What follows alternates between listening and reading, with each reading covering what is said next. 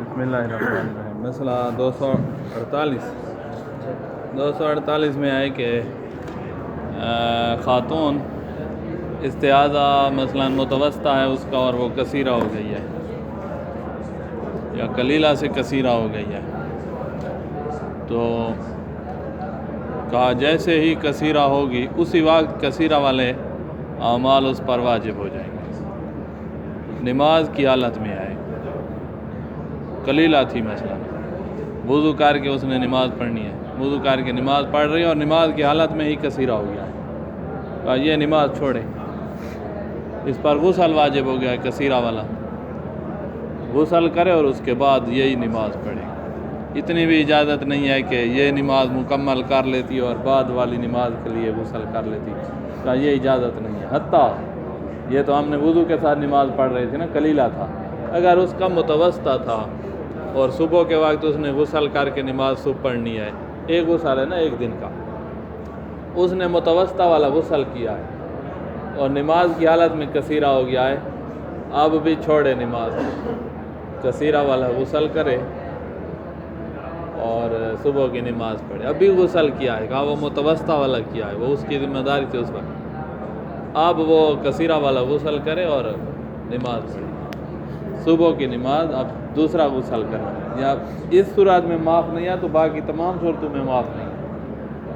باقی جو بھی صورت آپ لاؤ گے، ظہر کی نماز والے لے آؤ تو اس وقت آپ کے متوسطہ والا غسل تو اس نے صبح کو کیا تھا، جب صبح کو معاف نہیں ہے، صبح کی نماز میں کثیرہ ہو جائے تو اب کثیرہ والا غسل کرنا پڑ جائے گا، ظہر اثر اور ان میں تو بدرجہ والا معافی نہیں ہے۔ لہذا اگر خاتون متوسطہ والا غسل کر کے صبح کی نماز میں داخل ہوئی اور نماز میں ہی کثیرہ ہو گیا ہے تو اس نے یہ نماز چھوڑے اور کثیرہ والے اعمال کر کے پھر صبح کی نماز پڑھے گی، اور تو اس صورت میں معافی نہیں ہے تو اور تو ہے ہی نہیں۔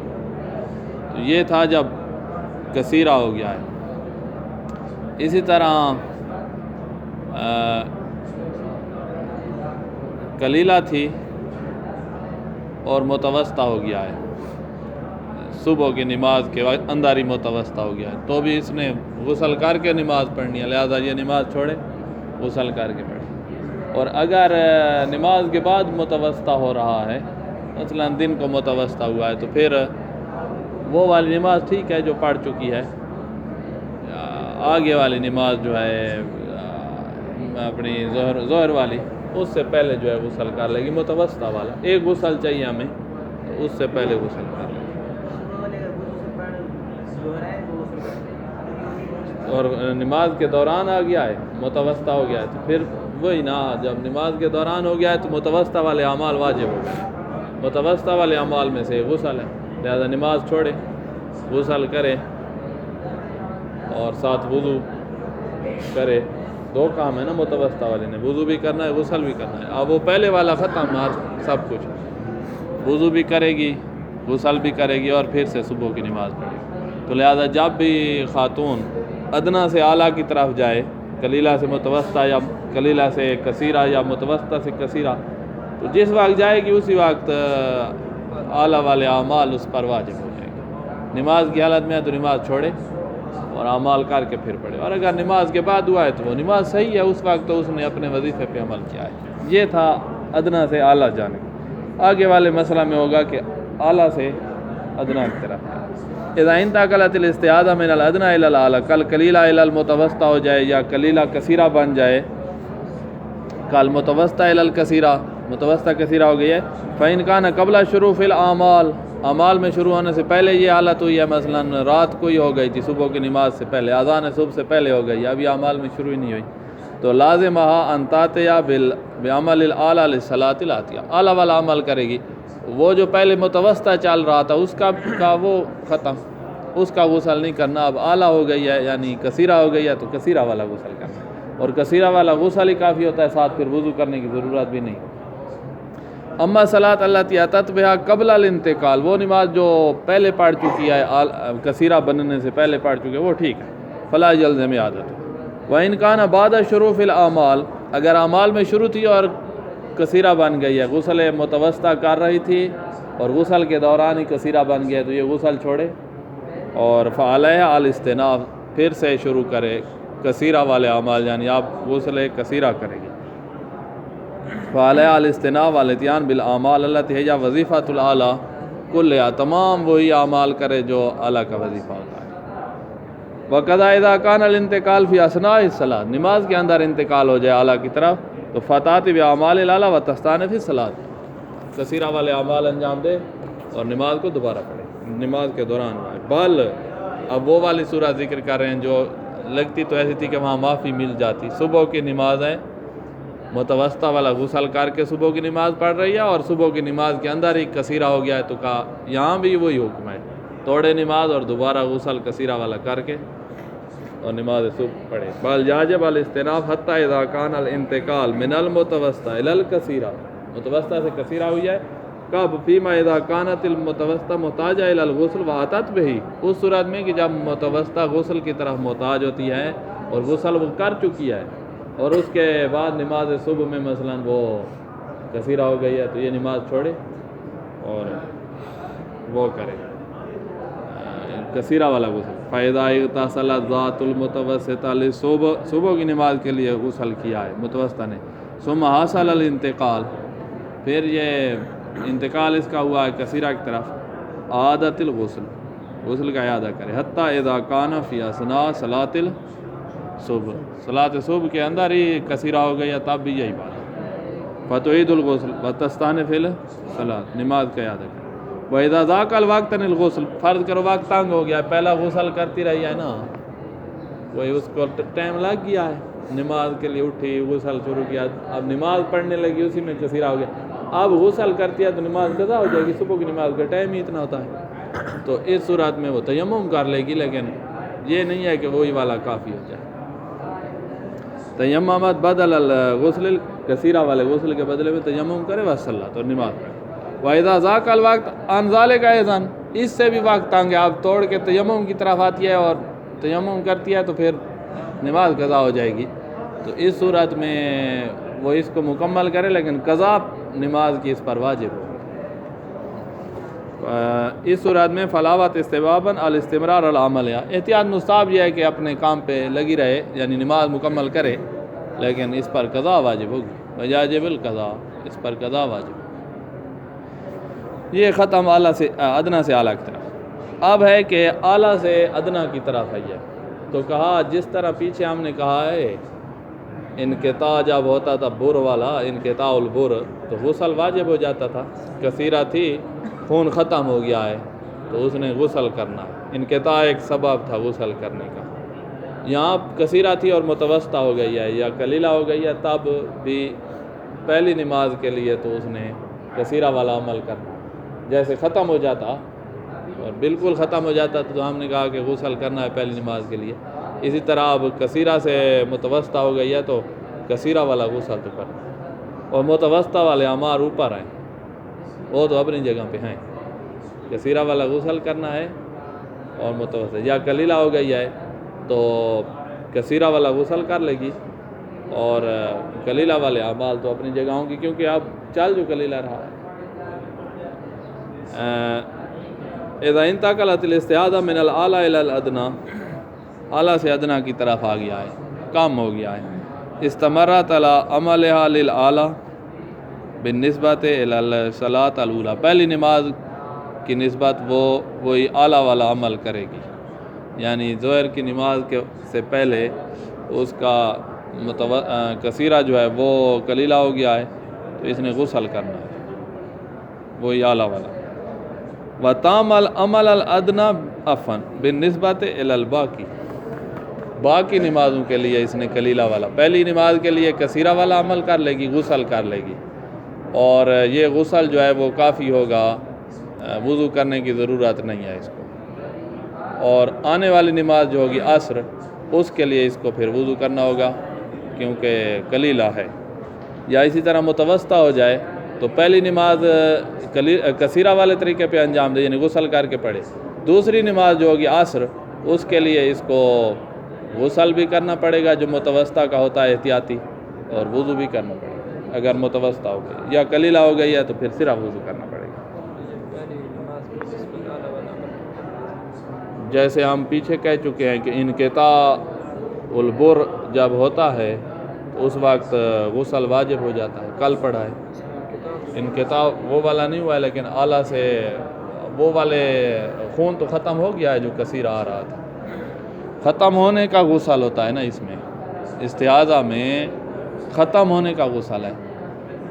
ایک دفعہ تو چل رہا ہے اس وقت تو غسل ہے، اس کے ختم ہونے کا بھی غسل ہے. اب یہاں ختم ہو گیا ہے کثیرہ، جیسے حیض ختم ہو جاتا ہے تو غسل ہوتا ہے حیض والا، اسی طرح کثیرہ ختم ہو گیا ہے تو کہا ختم ہونے کا بھی یہاں غسل ہے، غسل کرے گی. پہلی نماز کے لیے کثیرہ والا غسل کرے گی، آنے والی نمازوں کے لیے وہی اعمال انجام دے گی جو اس کا وظیفہ ہے. فَإِذَا انتقلت الكثيرة إلى المتوسطة والقليلة اغتسلت للظهر، ظہر کے لیے تو غسل کثیرہ کرے گی اور کچھ نہیں ہے، کثیرہ کرے گی. واقتصرت على الوضوء بالنسبة إلى العصر او العشاءین، عشاءین کے لیے اور عصر کے لیے وضو ہی کافی ہوگا اگر قلیلہ ہے تو، اور اگر متوسطہ ہے تو پھر ایک غسل بھی کرنا پڑے گا. قلیلہ کے لیے یہی کافی ہے. اب کیا یہاں جام نہیں، تداخل نہیں ہو سکتا؟ متوسطہ کا جو غسل ہے اسی میں وہ شامل ہو جائے اور یہ والا کافی ہو جائے. اگر دیکھیں اطلاق عبارت کو تو عبارت کا اطلاق جو ہے وہ تقاضا کر رہا ہے کہ اس کو غسل نہیں کرنا پڑے گا، چاہے متوسطہ ہو یا قلیلہ ہو. اس عبارت کو دیکھیں نا، واقتصرت علی الوضوء بالنسبت الی العصر والعشاءین، عشاءین کے لیے بھی وضو کرے، عصر کے لیے بھی وضو کرے، بس ظہر کے لیے غسل کر لیا، چاہے وہ قلیلہ کی طرف منتقل ہوئی ہے یا متوسطہ کی طرف. عبارت کا اطلاق یہی کہہ رہا ہے کہ غسل وہی جیسے ہو جاتا ہے خود بخود کافی ہو جاتا ہے. جیسے غسل جنابت جو ہے اس میں اگر تداخل کی نیت نہ کرے کوئی تو بھی خود بخود کافی ہو جاتا ہے. خاتون نے حیض کا غسل کرنا ہے اور فرض کرو خاتون نے استحاضہ کا بھی کرنا ہے اور جنابت بھی کرنا ہے، تو جنابت کر لے تو وہ استحاضہ کی جگہ بھی کافی ہو جائے گا اور کیا نام ہے حیض کی جگہ بھی کافی ہو جائے گا، یا حیض کر لے تو وہ جنابت کی جگہ بھی کافی ہو جائے گا، استحاضہ کی جگہ بھی کافی ہو جائے گا. یہ پیچھے ہم پڑھ چکے ہیں. تو یہ استحاضہ کثیرہ والا جو غسل اس نے کیا ہے وہ متوسطہ ایک ہی کرنا تھا نا دن میں، اور اس نے یہ کثیرہ والا کیا ہے تو اس کی جگہ کافی ہو جانا چاہیے. پیچھے والے جو ہمارا پیچھے مسئلہ جنابت والے مسائل میں ہم نے جو پڑھا تھا اس کا اطلاق اور اس عبارت کا اطلاق کا تقاضا یہ ہے کہ یہ غسل کافی ہو جائے گا. لہذا اب یہ متوسطہ ہے تب بھی اس کو عصر اور عشاءین کے لیے آج غسل نہیں کرنا ہوگا. کل اگر متوسطہ ہوئی تو پھر کل غسل کرے گی صبح کی نماز کے وقت. تو ابھی یہ استحاضہ کثیرہ والا کافی ہو گیا. واضح؟ تو اطلاع کی عبارت یہی ہے، اور پیچھے جو ہم پڑھ چکے ہیں وہ بھی اسی کے ساتھ مساعد ہے. اچھا، لیکن اگر کثیرہ سے متوسطہ کی طرف آئیے، اس نے پہلے غسل کیا ہوا تھا اس دن کے لیے تو کافی ہو گیا، تو پھر کیا جو اختتامی غسل کرتے وہ بھی کرنا پڑے گا؟ کیسے؟ متوسطہ تو اختتامی غسل نہیں کرتی. ہم نے پیچھے کہا ہے کہ انقطاع جو ہے وہ یعنی ختم ہو تو وہ صرف کثیرہ پر غسل لاتا ہے. یہ کل پڑھا تھا مسئلہ نمبر 246 میں کہ لا یاجب الغسل انقطاع الدم فی الاستحاضہ المتوسطہ. انقطاع والا کثیرہ میں ہوتا ہے، انقطاع سبب غسل ہے. مسئلہ 246 کے شروع میں لکھا. اچھا، اب ہے کہ خاتون نے جب غسل کر لیا ہے تو کہا اب اور کوئی کام نہ کرے، غسل کے بعد اپنی نماز پڑھے، دیر نہ کرے. کثیرہ ہے، اس نے غسل کر لیا ہے یا قلیلہ نے وضو کر لیا ہے، تو اب کوئی کام نہ کرے، دیر نہ کرے، اپنی نماز پڑھے. کوئی اور کام میں لگ گئی تو پھر دوبارہ وضو کرنا پڑے گا. تو نماز پڑھے. نماز کے مقدمات اذان اقامت یہ انجام دے سکتی ہے جو مستحب ہے. اسی طرح نماز کے اپنے اندر جو مستحبات ہیں ان کو بھی انجام دے سکتی ہے. لمبی کر کے نماز بھی پڑھ سکتی ہے، کوئی مسئلہ نہیں. بس خون بہر نہیں آنے دینا. اس نے کتنا رکھا ہوا ہے، خون بہر نہیں آئے گا. خون آ جائے تو پھر تو حدث سرزاد ہو گئی ہے، جیسے باول پاخانہ آ جائے تو حدث سرزاد ہو. تو اس نے خون کو بہر نہیں آنا دینا. نماز لمبی کر کے پڑھے کوئی مسئلہ بھی نہیں ہے. مسجد میں آئی ہے تو تحیہ مسجد بھی پڑھنا چاہتی ہے تو پڑھ سکتی ہے, اس کے بعد جو ہے نماز ظہر پڑھ لے گی. تو نماز ظہر کے لیے اس نے وضو کیا ہوا ہے یا غسل اس نے کیا ہوا ہے. تو اسی طرح اور تسبیح مثلا دونوں نمازوں کا جمع کر رہی ہے, غسل استعاذہ کثیرہ کیا ہوا ہے اور ظہر اثر کا جمع کر رہی ہے, تو تسبیح جناب زہرا اسی طرح تاکیبات بھی انجام دے سکتی ہے, بس خون بہر نہ ہے اور کوئی کام نہ کرے, یہی نماز والے کاموں میں مصروف ہو جائے, اپنے دنیا داری کے دوسرے کام جو ہیں ان کو چھوڑ دے. یاجب علی المستعاذہ ان تصلی بعد الوضوء والغسل من دون فاصل طویل, لمبا فاصلہ نہ, لیکن یجوز الاتیان بالاذان والاقامہ والادعیہ, دعائیں منقولہ جو ہیں, وما تجری العادۃ بفعلہ قبل الصلاۃ, نماز سے پہلے جو کام کیے جاتے ہیں, مثلا جہاں نماز بچھائی جاتی ہے, تسبیح سجدگاہ اٹھائی جاتی ہے, ایک خاص کمرے میں نماز جا کے پڑھی جاتی ہے, دوسروں میں نہیں پڑھتے, وہ اپنا کمرہ بنایا ہوا ہے نماز کا وغیرہ وغیرہ. او یتوقع فعل الصلاۃ علی فعلہ, یا ایسے کام جن پر نماز کا انجام دینا موقوف ہوتا ہے وہ کام بھی کر سکتی ہے. ولو من جہت لزوم العسر والمشقہ بدون, کہ وہ کام نہ کرے تو اس پر عسر اور مشقت لازم ہے, کہ مثلا گرمیاں شدید ہیں اور پنکھا چلانا یا اے سی چلانا پڑتا ہے, اگر نہ چلائے تو اس پر عسر اور مشقت ہوگی, یہ سارے کر سکتی ہے. یا سرداب میں جا کر نماز پڑھنی ہوگی, اوپر گرمی ہے, کر سکتی ہے. مثل ذهاب الی المصلی و تحیۃ المسجد و نحو ذلک, یہ کام کر سکتی ہے. وقضا یجوز لها الاتیان بالمستحبات فی الصلاۃ, نماز کے مستحبات بھی انجام دیں,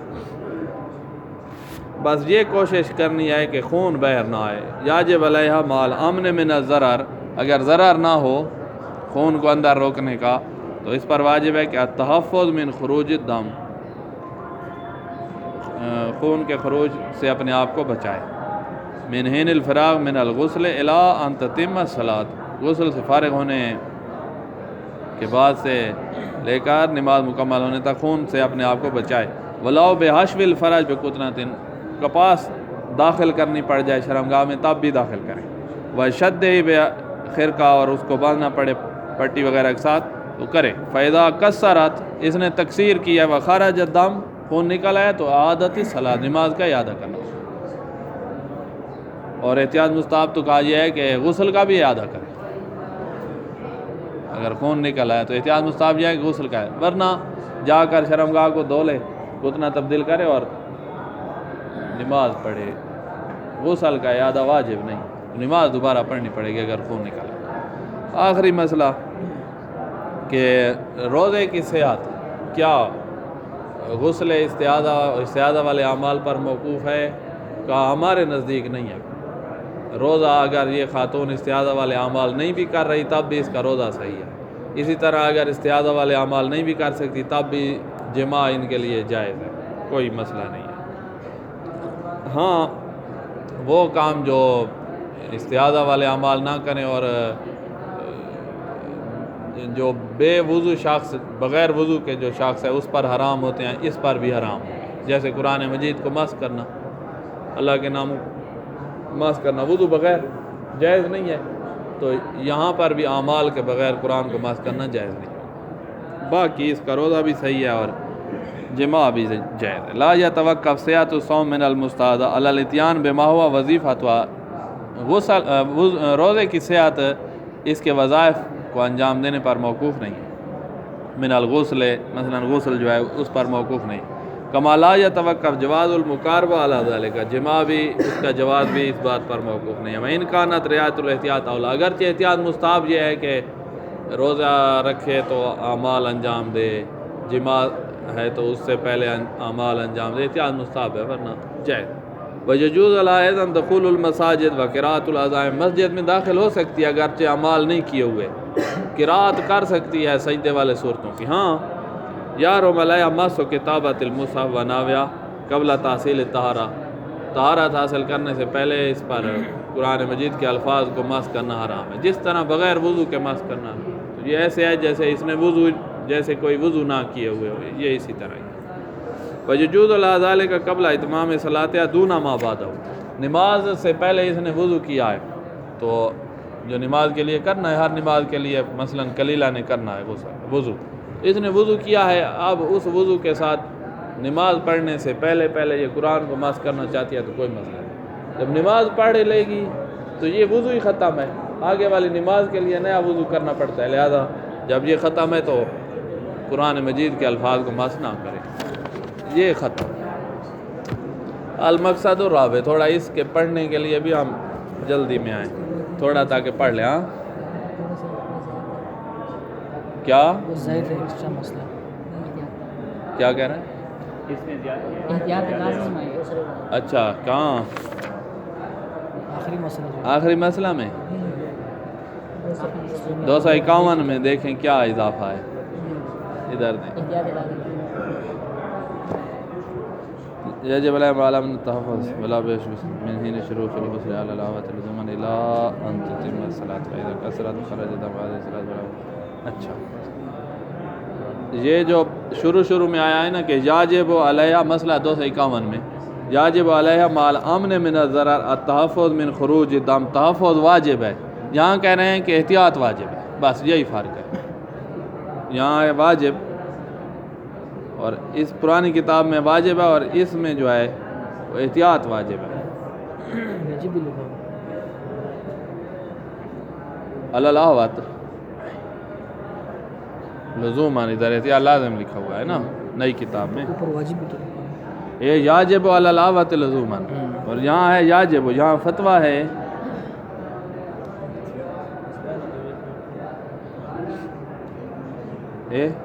تو یہاں ہے فتویٰ, پرانی کتاب میں فتویٰ ہے اور نئی کتاب میں احتیاط لازم ہے. آپ احتیاط لازم بڑھا دیں, اس جگہ بڑھا دیں الا ان تتم صلاۃ سے پہلے, الا سے پہلے بڑھا دیں. ہاں احتیاط مستحب ہے, وہ تو لکھا ہوا ہے ہمارے پاس, عیادت الغسل میں احتیاط مستحب, یہ اس کتاب میں لکھی ہوئی ہے. غسل بھی پھر احتیاط کی بنا پر گئی ادھر. ہاں غسل بھی احتیاط کی بنا پر گئی یہاں پر کیا نئی کتاب نماز تو باطل ہو گئی نا اس کی اگر خون نکل آیا, احتیاط لازم بنا پر. غسل کا اعادہ احتیاط مستحب ہے, وہ اس کتاب میں بھی احتیاط مستحب ہے اور اس میں بھی کوئی فرق نہیں ہے. نماز کا اعادہ جو ہوگا, نماز باطل ہوگی, یہ احتیاط لازم کی بنا پر ہے. ہماری پرانی کتابوں میں فتویٰ ہے, لہذا جب احتیاط لازم کہہ رہے ہیں اور مرجع اگر کہہ رہا ہے کہ خون اگر نکل بھی آیا ہے, ظاہر ہو گیا ہے, کتنا سے باہر نکل آیا ہے, تب بھی اس کی نماز صحیح ہے تو پھر اس کی تقلید کر سکتی ہے. لیکن پرانی کتاب میں فتویٰ تھا تو یہ چینج کر لو. اچھا آگے, اور یہی دیکھا کریں نا, آپ کی کتاب میں تبدیلی آئی بھی ہے اور آپ نے بتایا ہی نہیں ہے, ہم تو آگے چلے گئے تھے, یہ خیال رکھا کریں.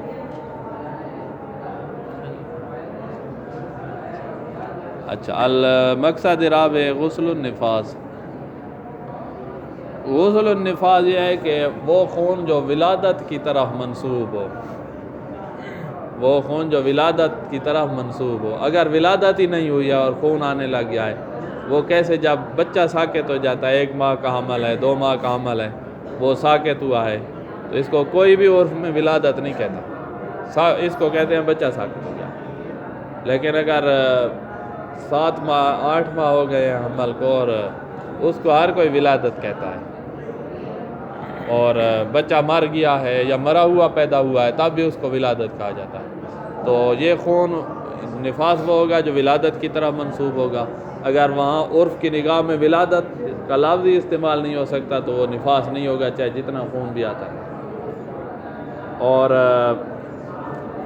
یہ خون 10 دن سے زیادہ نہیں ہو سکتا, زیادہ 10 دن ہو سکتا ہے, اور اس سے زیادہ نہیں ہو سکتا. قلیل کی کوئی مقدار نہیں ہے, 1 گھنٹہ بھی ہو سکتا ہے, اس سے کم بھی ہو سکتا ہے.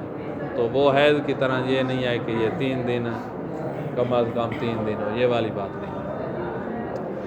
10 دن سے اوپر جو آ رہا ہے تو کہا اس کی زیادہ مقدار 10 دن ہے. 10 دن سے اوپر جو آ رہا ہے وہ نفاس نہیں ہے. نفاس میں نمازیں معاف ہیں, لیکن 10 کے بعد نمازیں اس نے پڑھنی ہوں گی. تو یہ کیا ہوگا, کہا استعادہ ہوگا اگر آ رہا ہے تو لہذا یہ 10 تک ہی رہے گا.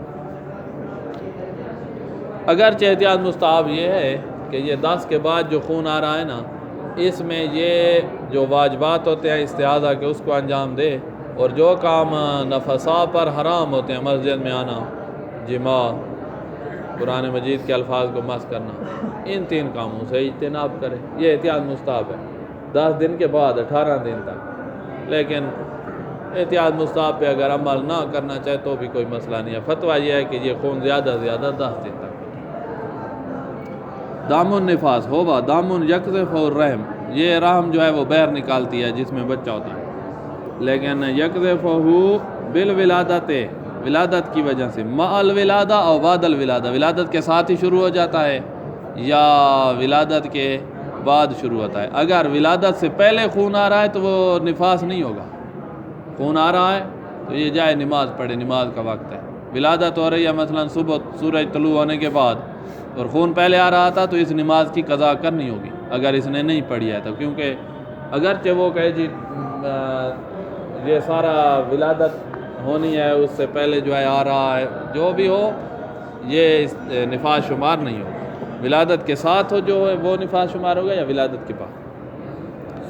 علاناوین، اس طرح ہوگا یہ خون کہ یستند خروج دم الی الولادت عرفاً، یہ خروج منسوب ہوگا ولادت کی طرف، عرف کی نگاہ میں ولادت طرح منسوب ہو۔ اگر ولادت طرح منسوب نہیں ہو رہا تو وہ خون جو ہے نفاس شمار نہیں ہوگا۔ وہ کون سا ہے؟ جیسے وہ بچہ ساقط ہوا ہے پہلے مہینے میں، دوسرے میں حمل ساقط ہو گیا، اس کو کوئی بھی ولادت نہیں کہتا۔ وَتُسَمَّى الْمَرْأَةُ فِي هَذَا الْحَالِ بِالنَّفَسَاء، نفاس کی حالت میں خون آ رہا ہے تو نفسا اس کو کہا جائے گا۔ بلا نفاسا لمن لم تر الدم من الولادت اصلاً، کسی خاتون کی ولادت ہوئی ہے اور خون آیا ہی نہیں ہے تو نفاس ہے ہی نہیں اس کا، یہ بھی ہو سکتا ہے۔ مثلاً آپریشن ہو اور آپریشن کی وجہ سے بچہ انہوں نے پیٹ پاڑ کے اٹھا لیا ہے اور خون آیا ہی نہیں ہے فرض کرو، یا خون بھی ادھر ہی سے انہوں نے کھینچ لیا تھا، یا خون فرض کرو خون آیا ہی نہیں، بچے کو سب ہر چیز سمیت نکال لیا، خون آیا ہی نہیں ہے تو اس کا نفاس ہے ہی نہیں، بغیر غسل کے نماز شروع کر دے۔ نفاس کا غسل تو تب ہوگا جب نفاس ہو، تو نفاس ہی نہیں ہے تو غسل کیسے واجب ہو؟ ولادت کی وجہ سے غسل واجب نہیں ہوتا، نفاس کی وجہ سے ہوتا، تو لہذا یہ نمازیں پڑھ۔ اور آت ہو بعد فاصل طویل، یا خون نفاس دیکھا ہے لیکن طویل فاصلے کے بعد، یعنی ولادت ہوئی ہے جنوری میں اور یہ خون دیکھ رہی ہے فرض کرو مارچ میں یا فروری میں دیکھ رہی ہے، ایک لمبے فترے کے بعد، تو یہ والا خون ولادت طرف منسوب نہیں ہو رہا۔ کیسے اس کی طرف نہیں؟ ولادت ہوئے بھاگ رہی ہے، دوڑ رہی ہے، خون آ گیا، یہ نہیں ہے، نفاس نہیں۔ اتنا فاصلہ طویل ہو گیا ہے کہ بحیث لا یستند الی الولادہ، ولادت طرف منسوب نہیں ہو رہا۔ عرفاً، عرف کی نگاہ میں، عرف نساء کو دیکھا جائے گا، مردوں سے کس نے پوچھنا ہے۔ کما اذا رات ہو بعد عشرت ایام منا، ہم تو 1 مہینہ کہہ رہے ہیں، یہ کہہ رہے ہیں 10 دن ہو گئے ہیں ولادت کو، 10 دن کے بعد دیکھ رہی ہے، تو یہ عرف نساء میں یہ ولادت کی طرف منسوب نہیں ہے، لہذا یہ نفاس اس کو آیا ہی نہیں ہے بھائی، یہ ساری نمازیں پڑھتی ہیں۔ ولا حد لقلیل النفاس، قلیل کی کوئی حد نہیں ہے، فیمکن ان یکون بمقدار لحظہ فقط، ایک لحظے کا بھی ہو سکتا ہے۔ وحد و کثیر یا 10 ایام، کثیر جو ہے وہ 10 دن ہو سکتا ہے۔ وَإِنْ كَانَ الْأَوْلَىٰ الْأَوْلَىٰ، یہ وہی احتیاط مستحب آ رہی ہے کہ 18 دن تک، 10 کے بعد 18 تک یعنی 8 دن یہ جم بین احکام النفساء والمستحاضہ کرتی ہے۔ وَإِنْ كَانَ الْأَوْلَىٰ فِيمَا زَادَ إِلَىٰ 18 مراعاة طروق النفساء مضافاً إِلَىٰ اعمال المستحاضہ، اعمال مستحاضہ تو اس پر ہے واجب، ساتھ یہ احتیاط مستحب یہ ہے کہ نفساء کے لیے جو کام حرام ہے ان کو چھوڑ دے، مسجد میں آنا، کتابت القرآن اور جماع، یہ 3 کام حرام ہیں، یہ چھوڑ دے، اور استحاضہ والے اعمال تو اس پر واجب ہوں گے وہ کرنے، کیونکہ ہے جو استحاضہ 10 دن کے بعد، اور نمازیں پڑھیں۔ اچھا، یہ 10 دن کیسے بنانے ہیں ان کا خیال رہے، کہا 10 دن بنانے کا یہاں ایک خاص طریقہ کار ہے، ایسے نہیں کہ جس وقت شروع ہوا ہے خون آپ 10 دن بنانا شروع کر دیں، نہ، خون شروع ہوا ہے رات کو تو 10 دن وہ ہے نفاس شروع، جو ولادت جو ہو گئی ہے، رات کو 12 بجے ولادت ہوئی ہے، خون شروع ہے، تو یہ ہے تو نفاس، اس نے صبح کی نماز بھی نہیں پڑھنی، نماز تہجد وغیرہ سب کچھ ختم، لیکن 10 دن شمار صبح سے کرنے ہیں، رات سے نہیں کرنے ہیں، صبح کے اذان سے، دن کی ابتدا سے، سستانی کے یہاں صبح سے ہوتی ہے نا، اذان صبح سے ہوتی ہے، تو یہ 10 دن صبح کی اذان سے بنائے گی، جب صبح کی اذان سے بنائے گی تو یوم کامل کا حساب چلے گا، یوم کامل کا حساب 10ویں دن کی شام کے وقت 10 دن مکمل ہو جائیں گے، اور رات کے 12 بجے تک نہیں لے جانا پڑے گا، یہ آپ جانتے ہیں پیچھے یوم کامل، یوم منکسر، یوم کامل منکسر کا جو حساب حیض میں ہم نے بنایا تھا وہی، تو پہلی تو بات یہ ہے کہ اس کا حساب 10 دن جو آپ نے بنانے ہیں وہ دن سے شروع کریں، رات سے شروع نہ کریں۔ دوسرا، وہ خون جو ولادت کے ساتھ آ رہا ہے نا، وہ ہے نفاس، ہم نے کہا ہے ولادت کے ساتھ ہے یا ولادت کے، جو ولادت کے ساتھ آ رہا ہے وہ نفاس ہے، لیکن اس وقت سے 10 دن شروع نہیں کرنا، جب ولادت مکمل ہو جائے اس کے بعد سے 10 دن شروع کرنا، تو دن کو کرنے ہیں، بھائی دن کو ہی ولادت ہو رہی تھی 9 بجے، ولادت ہوتے ہوتے 1 گھنٹہ لگ گیا ہے، کبھی ہو جاتا ہے مسئلہ، 1 گھنٹہ لگ گیا، 2 گھنٹے لگ گئے ہیں، خون جاری ہے، یہ ہے نفاس، لیکن اس کو اس 10 دن کی ابتدا یہاں سے نہیں ہوگی، جب ولادت مکمل ہو گئی اب 10 دن کی ابتدا کی، مثلا ولادت 9 بجے شروع ہوئی اور 12 بجے ختم ہوئی، بچہ کی کوئی کیفیت ایسی تھی تو درمیان میں رک گیا ہے، اب 9 بجے سے خون تو شروع ہے، لیکن 12 بجے جب ولادت مکمل ہوئی ہے تو ہم 10 دن کا حساب 12 بجے سے شروع کریں گے، اب 12 بجے پہلی تاریخ تھی، 12 بجے شروع کریں گے اور 11 تاریخ کے 12 بجے تک لے جائیں گے اس کے 10 دن، نہ کہ 9 بجے تک، تو دوسری شرط یہ ہے 10 دن بنانے میں، ایک تو دن کو بنائیں، رات والا شمار نہ کریں 10 میں، ویسے ہے نفاس، اور جب ولادت مکمل ہو جائے اس کے بعد سے بنائیں۔ اچھا، اور اگر ایسے ہو کہ ولادت مکمل ہوئی ہے، خون ابھی شروع ہی نہیں ہوا ہے، خون دوسرے دن جا کر شروع ہوا ہے، تو ہم بھی دوسرے دن سے 10 دن بنائیں گے، خون ہی نہیں تھا پہلے، دوسرے دن سے، اور پہلے دن کی نمازیں بھی اس نے پڑھنی ہوگی کیونکہ خون ہی نہیں ہے ہی نہیں اصلاً، جو ہم نے کہا ہی نہیں ہے، دوسرے دن آیا ہے تو پہلے دن کی نمازیں بھی اس نے پڑھنی ہوگی، خون ہی نہیں ہے، کیسے ہم اس کو نفسا کہتے ہیں، تو یہ 10 دن شروع ہوں گے جب سے خون شروع ہو، لیکن خون وہ جو ولادت کے بعد شروع ہو اور دن کو شروع ہو، یہ 3 باتیں اس 10 دن بنانے میں معتبر ہیں، دن، خروج الدم، اور خروج دم بھی ولادت کے بعد والا، وَيُلَاحَظ فِي مَبْدَأِ الْحِسَابِ أُمُورٌ، حساب جو 10 دن بنانے ہیں اس میں یہ 3 باتوں کا خیال رکھیں، پہلے یہ کہ انا مبدأ الدم اليوم، ابتدا یوم سے کرنی ہے نہ کہ رات سے، فَإِنْ وَلَدَتْ فِي اللَّيْلِ وَرَاتِ الدم، خون رات کو ہی نظر آ گیا ہے، نکل آیا ہے اور ولادت ہو گئی ہے، کانا من النفاس، وہ ہوگا نفاس، لیکن خارج عن العشرہ، وہ 10 سے خارج ہے، 10 آپ نے صبح کی اذان کے وقت جب روزہ ہم بند کرتے ہیں اس وقت سے شروع کرنے ہیں۔ دوسرا، ان مبدأہ خروج الدم لا نفس الولادہ، دوسری بات یہ ہے کہ خروج دم جو ہے یہ 10 دن بنانے میں یہ ضروری ہے، اگر ولادت ہوئی ہے آج اور خروج دم کل سے شروع ہوا ہے تو ہم کل سے ہی 10 دن بنائیں گے، آج سے نہیں بنائیں گے۔ فَإِن تَأَخَّرَ خُرُوجُهُ عَنِ الْوِلَادَةِ كَانَتِ الْعِبْرَةُ فِي الْحِسَابِ بِالْخُرُوجِ لا بالولادہ، تو معتبر یہ ہے، خروج معتبر ہے، ولادت معتبر ہے۔ تیسری بات، ان مبدأ الدم الخارج بعد الولادہ لا مع الولادہ، مع الولادہ والا بھی نفاس ہے لیکن بعد الولادہ جو ہے اس کو ہم شمار کریں گے 10 دن بنانے۔ فَإِنْ كَانَ الْخَارِجُ حِينَ الْوِلَادَةِ نِفَاسًا أَيْضًا، اگرچہ حین الولادہ جو خارج ہو رہا ہے وہ بھی نفاس ہے، لیکن ہم جو 10 دن کا حساب ہے وہ ولادت مکمل ہونے کے بعد سے شروع کریں گے، جیسے 9 بجے سے شروع ہو ولادت، 12 بجے والے جو ہم نے مثال دی تو 12 بجے سے ہم نفاس بنائیں گے۔ اچھا، یہ ختم، بس یہ اب چند لائنیں رہتی ہیں اور ہیں 5-10 منٹ تاکہ مسئلہ 254 پہ رکے۔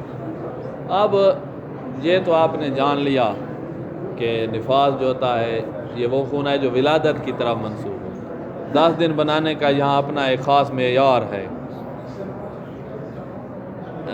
اب ہے کہ ہم نے یہ بھی پڑھ لیا ہے کہ نفاس زیادہ سے زیادہ 10 دن ہو سکتا ہے۔ اگر ایسے ہو کہ نفاس آ رہا ہو، درمیان میں خلل آ جائے، نکاح آ جائے، جو حیض میں نکاح آتی تھی، اور پھر اس کے بعد نفاس شروع ہو جائے 10 دن کے اندر، 3 دن آیا ہے، 4 دن آیا ہے، پھر 2 دن بالکل صاف، پھر 6 یا 7ویں دن پھر آیا ہے اور 10 سے پہلے ختم ہو گیا۔ یہ جو درمیان میں 2 دن بالکل صفائی تھی، اندر ہی نہیں تھا، فارغ کرو، استبراء بھی کرے تو بھی نہیں ہے، تو ان میں کیا کرنا ہے؟ قائن میں وہی کرنا ہے جو حیض میں کرتی تھی۔ نکاح متخلل میں جم بینا احکام حیض و طاہرہ کرتی تھی، یعنی محرمات حیض سے اجتناب اور واجبات طاہرہ انجام دینے تھے۔ یہاں بھی ایسے ہی ہوگا، نمازیں اس نے پڑھی نہیں ہوگی، اور جو کام نفسا پہ حرام ہیں وہ اس نے ان سے اجتناب کرنا ہوگا، مثلا مسجد میں آنا، کتابت القرآن، یہ اور نمازیں اس نے پڑھنی ہوگی اس نکاح متخلل میں۔ یہ ہے جب ایک ولادت ہوئی ہے اور ایک ہی خون تھا۔ کبھی ایسے بھی ہو سکتا ہے کہ ایک خاتون کی ایک ولادت ہوئی ہے، 2 بچے تھے اس کے پیٹ میں، ایک ولادت ہوئی ہے، نفاس آ رہا ہے، 3 دن تک مثلا آتا رہا ہے، پھر نفاس رک گیا ہے، پھر 5ویں دن جا کر دوسری ولادت ہوئی ہے اور اس کا نفاس جاری رہا اور 10 سے پہلے وہ بھی ختم ہو گیا، تو اس کے نفاس میں یقیناً نفاس ہے۔ پہلی ولادت کا نفاس 3 دن تک نفاس ہے، درمیان میں 2 دن کا جو نکاح آیا ہے کا اس کا بھی وہی حکم ہے۔ ایک ولادت ہوتی تو 2 دن ہم نے نکاح میں جم کروایا ہے، اسی طرح 2 ولادتیں ہوں، 10 دن کے اندر ہی سارا کام ختم ہو گیا، اور تو یہ 2 دن جو نکاح والے ہیں اس میں بھی ہم جام بین احکام طاہرہ و نفسا کروائیں گے، محرمات نفاس کو ترک کرے گی اور واجبات طاہرہ انجام دے گی۔ یہ تھا جب 10 دن کے اندر ہی اندر دونوں ولادتیں ختم ہو گئی، تو یہ نکاح جو تھا اس میں جم۔ اور اگر اس طرح ہو کہ ایک ولادت ہوئی ہے پہلی کو اور اس کا نفاس چلا گیا ہے 10 کی آخر تک، شام 10 تاریخ کی شام تک ہم نے بنایا ہے نا یوم کامل کے حساب سے، 10 تاریخ کی شام کو نفاس تو ختم، اور اسی وقت دوسری ولادت ہو اور اس کا نفاس شروع ہو جائے، تو درمیان میں فاصلہ نہیں آیا ہے، تو یہاں تو یہ 10 دن بھی نمازیں ختم اور آگے نئی ولادت کا نفاس، اور وہ مثلا 10 دن چلا جائے تو 20 دن نمازیں چھٹی۔ اور اگر ایسے ہو کہ شام کے وقت پہلا نفاس ختم ہو، پھر درمیان میں فاصلہ آیا اور دوسری ولادت رات کے 12 بجے ہوئی ہے، یہ درمیان میں جو خون ختم ہوا ہے اس کو ہم نکاح متخلل کہیں گے یا طہر کہیں گے؟ کہا اس کو ہم طہر کہیں گے۔ نکاح متخلل میں جم بین احکام نفسا و طاہرہ تھا، اور طہر میں تو صرف طاہرہ والے ہیں، تو اس کو ہم طہر کہیں گے۔ اب اس کو دیکھ لیجئے گا، سمجھ نہ آئے تو پھر کل پڑھیں گے۔ اذان پہلے نہیں دیتا پیا کرنا۔